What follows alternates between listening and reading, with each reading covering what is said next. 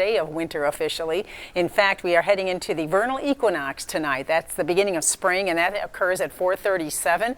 And with that, here we are, March 20th in the early morning tomorrow, 12 hours of daylight. So we have equal day and equal night on the vernal equinox, which is the beginning of spring. And then, as you can see, we continue to gain daylight and have plenty of daytime to get outdoors. Well, what are we going to see for the start of spring? Lots of sunshine as we head into the weekend. The night's still on the cool side, and days will stay a little bit below average, a little bit cooler than usual, but very nice weather through the weekend. Now, we do start warming up. The wind picks up as well from Sunday through early next week, especially Monday. It'll be windy and temperatures start to climb, but our next chance of rain holds off until next Tuesday. So if you're getting that car washed for the weekend, it looks good. All right, well, temperatures right now, we're sitting at 48 degrees at Ingleside. It's a little cool out there at Mathis at 45, 48 Beeville, 54 at Corpus Christi right now. And as we go through the morning, you can see we start off on the cool side, making it into the low 70s this afternoon. Low humidity again today. That's nice.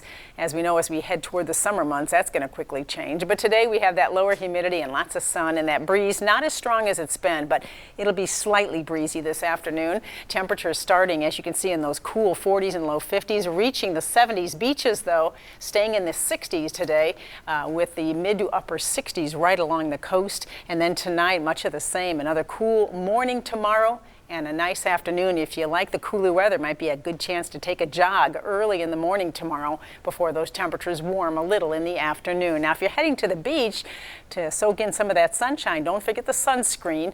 We're going to have a lot of sun out there and 15-mile-an-hour winds this afternoon. This is today's forecast.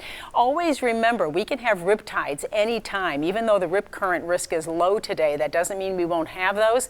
And it's always best when you're heading to the beach to check the beach flags, because they tell you what the surf is like. In fact, if you see a red flag, that means there's strong current or strong winds, or rip current are very likely. So stay shallow if you see those red flags or out of the water. If you see blue flags, by the way, that means there's an abundance of either jellyfish or man o' war or stingrays, something of that sort. And an orange flag means some kind of environmental hazard. All right, so whatever you're doing the next couple of days, the weather looks pretty good to get outside. We've got that dry air still in place. The surface high pressure is in control, giving us that wind from the north-northeast. And that will continue into the weekend as another surge of that pushes into the area, keeping our winds from the north tomorrow. And that's why our temperatures are a little below average. Sunday, that changes around. Winds start to come back on. We get our return flow from the Gulf, and that means more humidity starting Sunday. Still very nice, though, Sunday and early next week. The next better chance of rain doesn't come until Tuesday. Our next cold front comes in next Wednesday, and out ahead of it, we'll pick up the potential for some showers.